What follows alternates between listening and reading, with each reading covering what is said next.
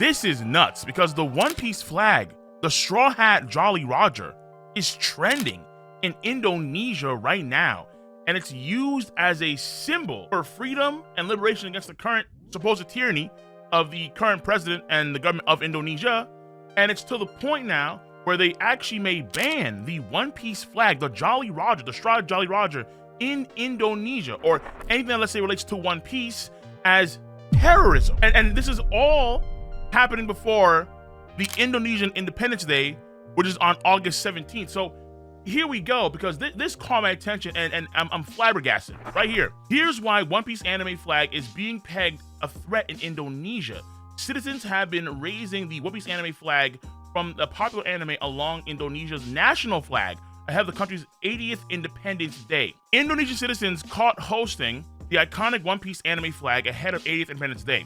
A black flag citizens are raising, portraying the Jolly Roger, a skull and crossbones symbol from a popular Japanese anime One Piece. In several videos that went viral, the flags were seen hoisted beside the Indonesian red and white flag, which raised concerns that it could mark a sign of defiance against the government. The Jolly Roger the Triad Pirates, a fictional group from One Piece, symbolizes freedom, friendship, and resistance to oppression in the anime. I'm gonna dive deeper into that later on, but give me a second. For those who don't follow One Piece, you might wonder what the meaning is behind the Triad Skull flag. This flag is not just a symbol of Pirate Monkey D. Luffy, but it can be interpreted as a symbol of resistance against the government, an ex-user noted. The One Piece flag is not specific enough. It is the flag of the Triad Pirates. If it's a symbol of open resistance against the government, the world government in One Piece universe, then the Whitebeard pirate flag would be more appropriate, said another user. And you actually see this montage posted by Action A Comics, where you see a lot of folks that have the One Piece Jolly Roger.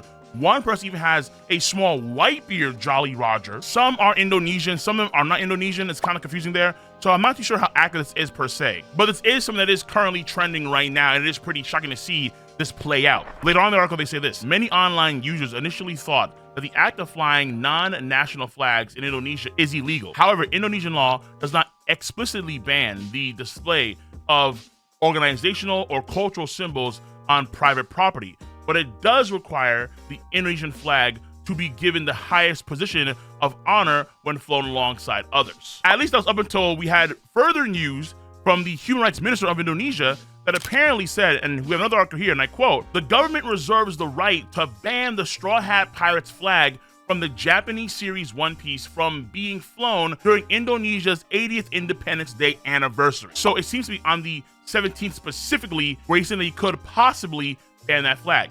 And I continue.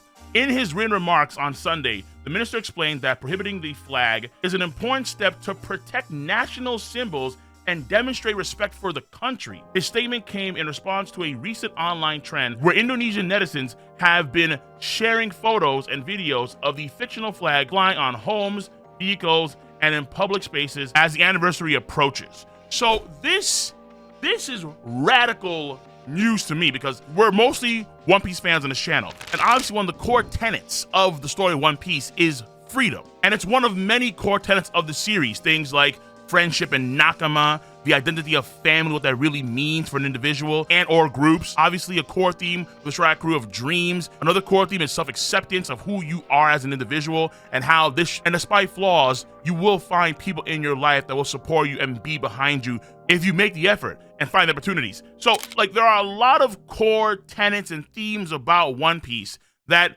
do hit the heart, and I can see why Indonesians, a lot of them, are gravitating towards that flag. And no cap, it's insane realizing that One Piece is such a global phenomenon that you can have an Indonesian government that is trying to ban or could ban the One Piece flag. At the same time, you have, let's say, the French president, Emmanuel Macron. He's a big fan of the One Piece story. So for better or for worse, governments and folks in power involved in the One Piece story like this, it's mind-blowing when you realize the influence of this series. What I don't like, what I think is pretty off, is a Straw Hat flag and really Luffy as a character being viewed as terrorist, or Luffy himself is a terrorist. That to me, I think is absolutely insane. And obviously folks who believe that have lost the plot. They're just full-blown retards. It makes no sense to say that Monkey D. Luffy is a terrorist or his crew are terrorists when there's a literal organization in the One Piece world, the Revolutionary Army and are actively trying to take down the entire established world order. Whether it's the attacking and the bombing of marine vessels that carrying supplies, or let's say even the gauntlets of the Holy Land, or usurping entire kingdoms' governments through revolts, attacks, and so on and so forth, they would be the closest ones to the definition of what a terrorist would be. And I'm not talking about their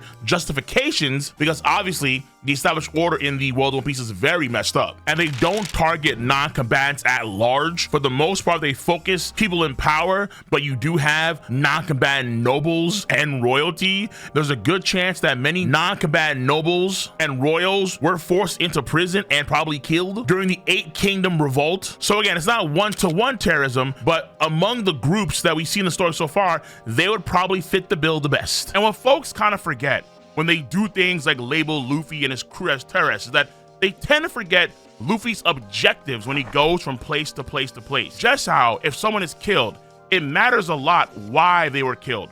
Were they killed by someone because that person hated them and wanted revenge against them for X, Y, and Z reason, or is it because that person was attacked and then in self-defense they killed that person? Someone did die, but the reasons why they died, the motive, are two completely different universes, and everyone knows that. It's almost instinctive at this point. When you think about all the chaos that Luffy sowed in Thailand, in Big Mom's territory, even destroying the tyrant Big Mom's wedding, is that a terrorist act by Luffy? No, because his aim wasn't to terrorize all of Thailand. His aim wasn't to try and usurp Big Mom's control over a part of the new world. His aim was to save his friend Sanji.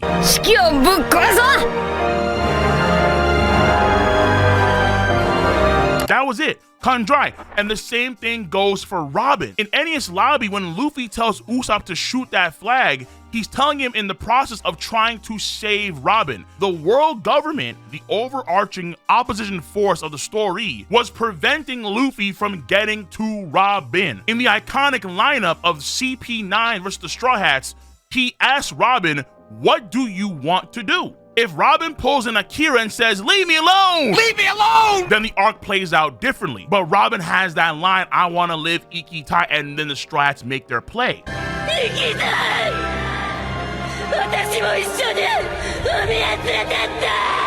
But the objective of Monkey D. Luffy is very simple: to get Robin back. And then you may say, well, hold on now. Usopp did shoot the world government flag, therefore that's a sign of terrorism. But why did they do that in the first place? They did it not because they wanted to overthrow the government and they were going to engage in even attacking civilians under the government's control. No, they did it as a message that they would protect their friend no matter what. Obviously, the Straw Hats are criminals, but they're not terrorists, because the intent matters so much as to why they're doing what they're doing. Luffy, more often than not, doesn't have, if ever at all, these objectives of destabilizing an entire region, deliberately attacking civilian populaces, or even what the Rev does, which is attack government facilities of the overarching world government and even smaller nations with the deliberate intent of changing the established power in those nations, and again, for the entire world. Matter of fact, even we never see Luffy even attack marine vessels or supplies that go to the world government in the Holy Land. That's never happened once in the entire story of One Piece. In reality, a lot of what he does, whether it was Skypiea, whether it was Wano Country, whether it was again Thailand and Whole Cake Island, whether it was Dressrosa, a lot of what he does and most of the crew does in correspondence to their captain's will is very simple, and it is far from terrorism. Saving a friend, getting someone's belly full of food, finding out more clues of where the One Piece treasure is located. Luffy's intent and his crew's intent on why they do what they do is so far from the standard definition of what terrorists seek to do and actually do in the real world. But One Piece is a very long series. Ever since 1997, when it was first dropped, over the years, over the decades, many interpretations on what is, what is not.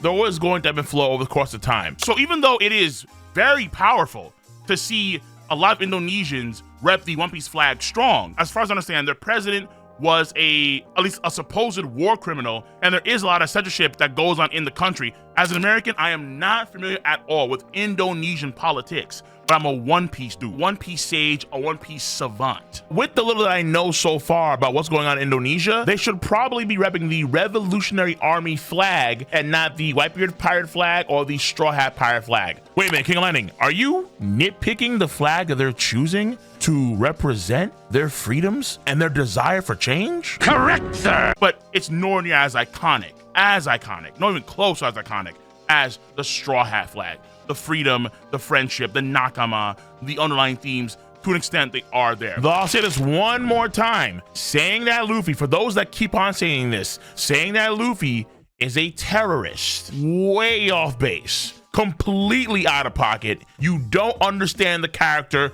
shut it down. You don't understand the Straw Hat crew, shut it down. But this is a crazy subject. I want to know your thoughts on the subject matter at hand. If you enjoy your boys' video content, give a thumbs up, subscribe to the channel, and click on that bell to join the notification squad. I'ma catch you guys and gals on the flip side. See you. Bye-bye.